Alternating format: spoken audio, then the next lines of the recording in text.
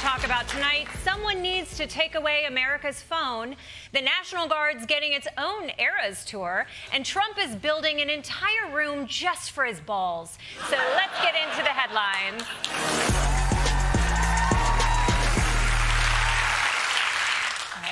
I'm not going to sugarcoat it. It's been a tough week for America.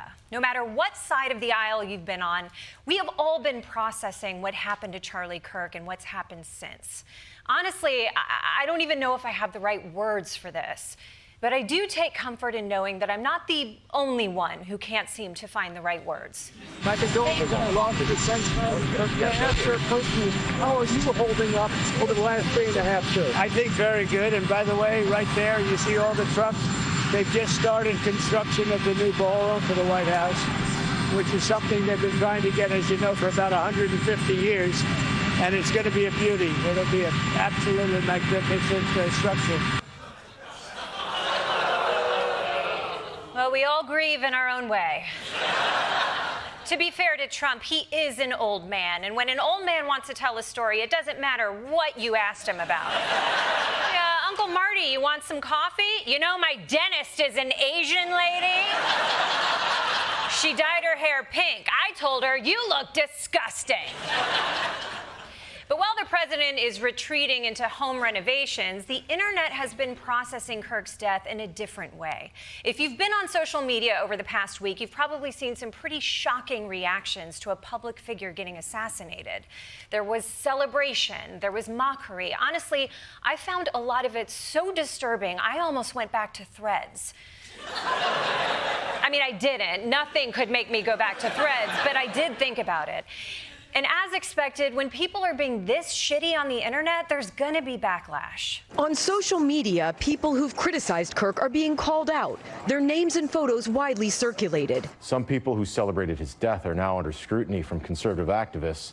Those activists have created online websites to hold accountable those behind the messages. The website claims it's received more than 63,000 submissions so far. Some employers already firing or suspending people for their posts about Kirk, impacting teachers, commercial pilots, doctors, and even NFL staff. Even the NFL staff are getting fired? Oh, that's why the Giants suck.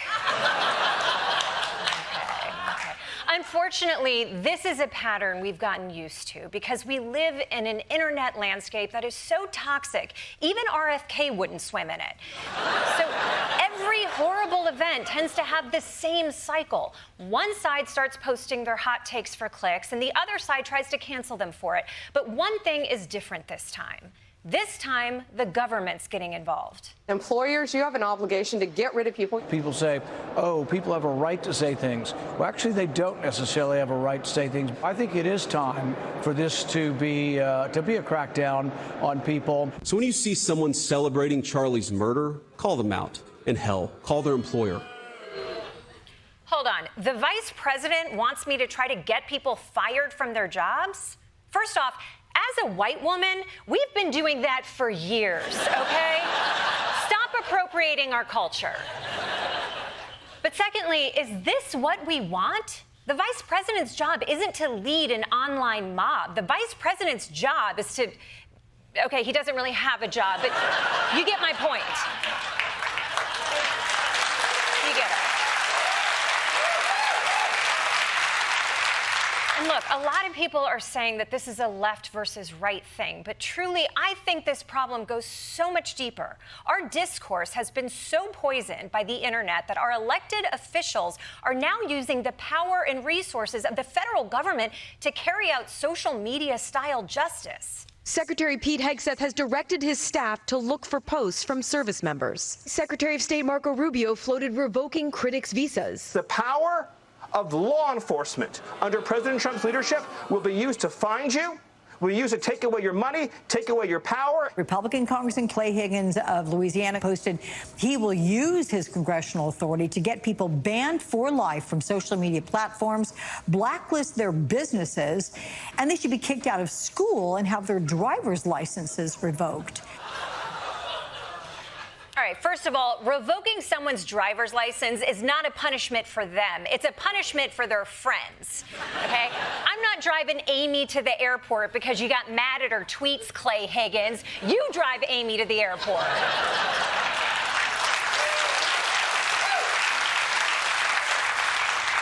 But do you see how far this has gotten out of control? We're going to revoke a person's driver's license just for having shitty tweets? And our attorney general is in so deep that she doesn't think it's going far enough. There's free speech and then there's hate speech. And there is no place, especially now, especially after what happened to Charlie, in our society. We will absolutely target you, go after you, if you are targeting anyone with hate speech, anything. And that's across the aisle.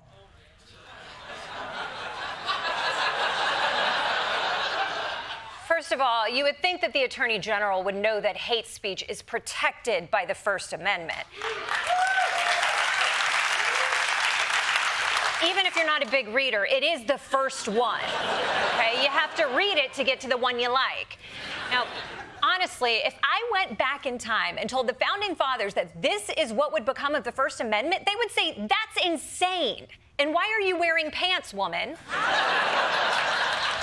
To which I would say, why are you wearing a wig? Anyway, I'm getting off track. The point is, we need to understand that no matter how mad someone makes you online, that's not enough to make it illegal.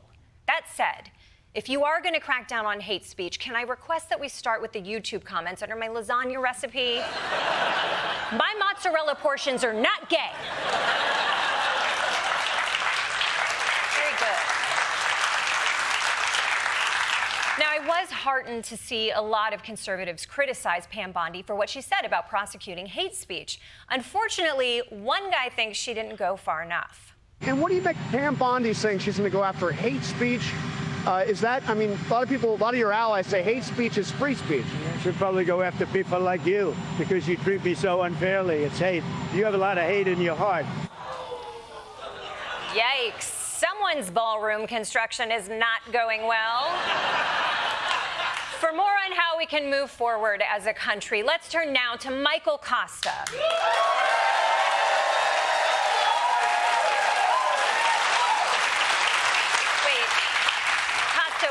Why are you dressed like that? Dressed like what, Desi? This is just how people look now. Totally rad. Quit being such a freakazoid.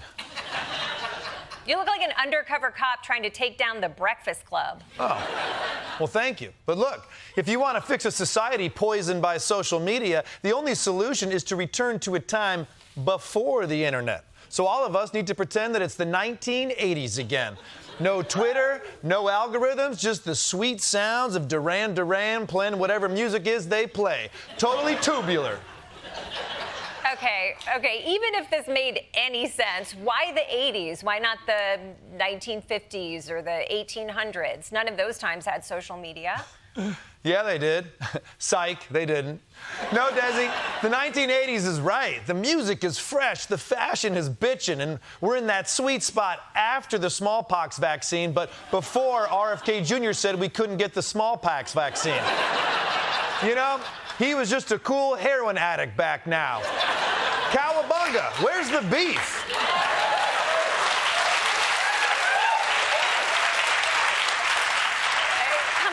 This is clearly an overcorrection. That era wasn't all stupid hair and wearing neon. There was still political violence in the 80s. Yeah, but I didn't know about that, you know? I was just a little kid back then. Do you remember any of that?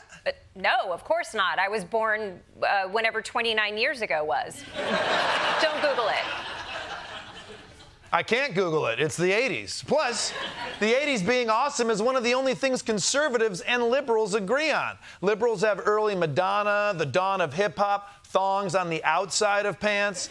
Conservatives get to run politics, hang out with Mr. T, and hate gay people even while being secretly gay. We all get something. To the max. Our entire country can't just pretend it's the 80s. Why not? What's your damage? E.T. phone home, gag me with a credit card, and put me on layaway. Okay, stop. Shut up. Shut the f*** up. Kosta. We can't solve our issues with mass delusion. We have to address our social media addiction, not to mention our widespread gun use, the collapse of our social bonds, mental health treatment. There is so much that we have to fix if we want to move forward. And you think fixing all of those systemic issues will be easier than just pretending it's 1980?